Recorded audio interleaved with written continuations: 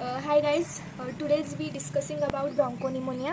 Previous lecture में हमने देखा कि लोबा निमोनिया क्या है, निमोनिया मतलब क्या। सो अब तक तो आपको पता चला है कि निमोनिया मतलब क्या। सो निमोनिया एक रिस्पायरेटरी डिसीज़ है जिसमें क्या होता है जो हमारा एयर सैक है वो नॉर्मली एयर से फिल होता है, लेकिन निमोनिया की कंडीशन में बैक्टीरिया जब लंग में एंटर करते हैं, लंग में एंटर करने के बाद जो एयर प्रेजेंट है उसकी जगह कोई पस फ्लूइड या ब्लड प्रेजेंट होता है। सो उसको हम क्या बोलते हैं, निमोनिया। सो अब हमको पता था कि निमोनिया कहाँ होता है, लंग में, लंग के किसी भी पार्ट में। अगर वो लोब में होगा तो हम उसे क्या बोलते हैं, लोबार निमोनिया। उसी तरह अगर ब्रोंको उसमें प्रेजेंट होंगे तो हमें उसे क्या बोलेंगे, ब्रोंको निमोनिया। मतलब नाम से ही पता चलता है कि वो जो इन्फेक्शन है वो कहाँ प्रेजेंट है। सो ब्रोंको निमोनिया मतलब ब्रोंकस में कोई इन्फेक्शन प्रेजेंट है, वहाँ फ्लूइड पस प्रेजेंट है। सो उसे हम क्या कहते हैं, ब्रोंको निमोनिया।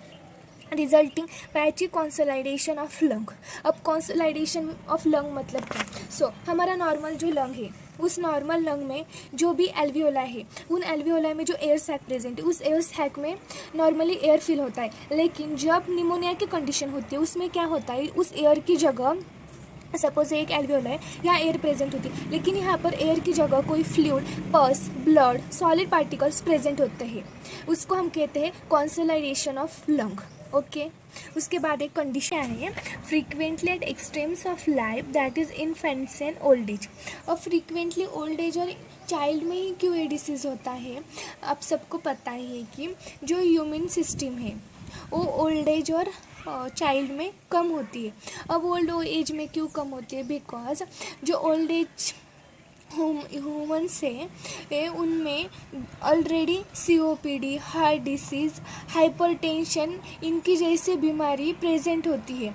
उनकी सहायता से जो निमोनिया का वायरस है वो जल्दी बॉडी में एंटर हो जाता है, और इसीलिए जो भी ओल्ड एज है उनमें ज़्यादा हमको निमोनिया दिखाई देता है। और चाइल्ड में क्यों, बिकॉज जो चाइल्ड का इम्यून सिस्टम है वो इमैच्योर है और वीक है, इसीलिए। उसके बाद secondary infection following viral respiratory infection such as influenza, measles etceteras. अब जो सेकेंडरी वायरल रिस्पायरेटरी इन्फेक्शन है उनमें कौन कौन है, एक तो है इन्फ्लुएंजा और उसके बाद है मेसल्स एक्सेट्राज।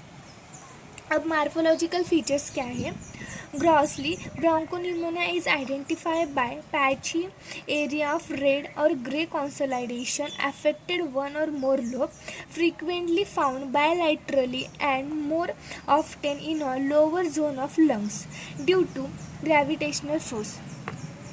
अब हम सबको पता है कि लोबार निमोनिया स्पेशली अफेक्टेड है लोअर लोब में। सपोज कोई भी इन्फेक्शन हुआ है, अगर वो अपर पार्ट में हुआ है तो वो ग्रेविटेशनल, हम सबको पता है कि पेड़ का जो भी फ्रूट है वो नीचे ही गिरता है क्योंकि ग्रेविटेशनल का force.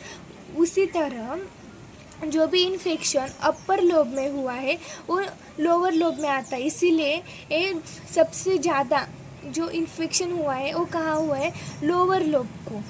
Okay,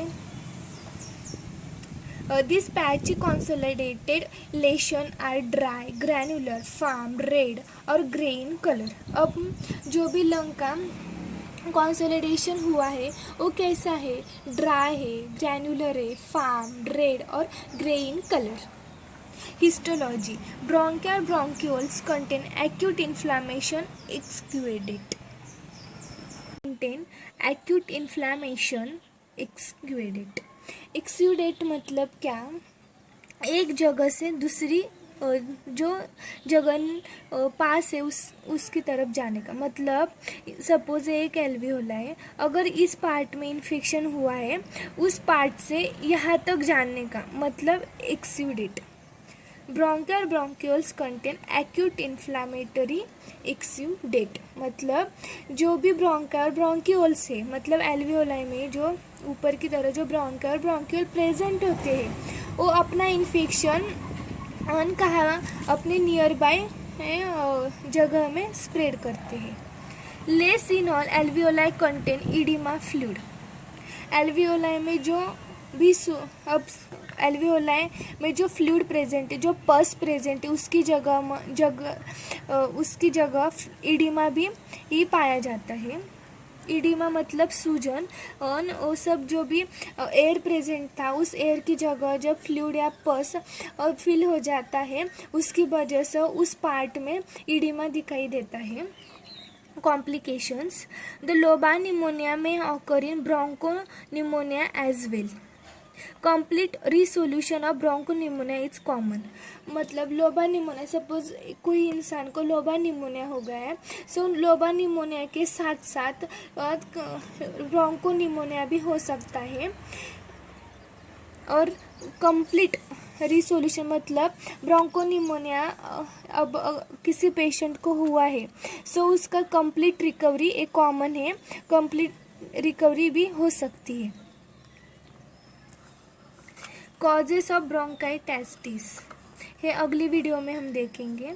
clinical feature, the patient of bronchopneumonia are generally infants और एल्डर इंडिविजुअल्स।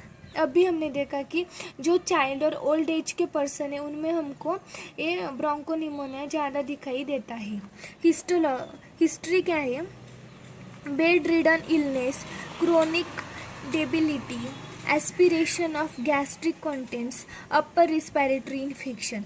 अब किन किन इन लोगों में ये डिसीज़ हमको ज़्यादा दिखाई देगा? फर्स्ट है बेड रिडन इलनेस, मतलब जिनको पहले से ही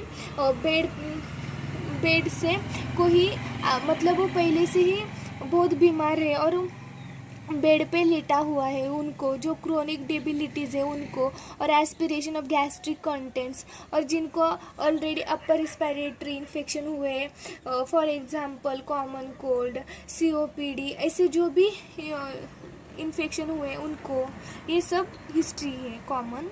उसके बाद है initial dry to acute bronchial symptom similar to lobar pneumonia. जो भी ब्रोंकोनिमोनिया के सिम्टम है वो सिमिलर है किससे? लोबा निमोनिया से। ओके, जो हमने लोबा निमोनिया में सिम्टम्स देखे वो अगर हम ब्रोंकोनिमोनिया में भी लिखेंगे तो भी चलेगा।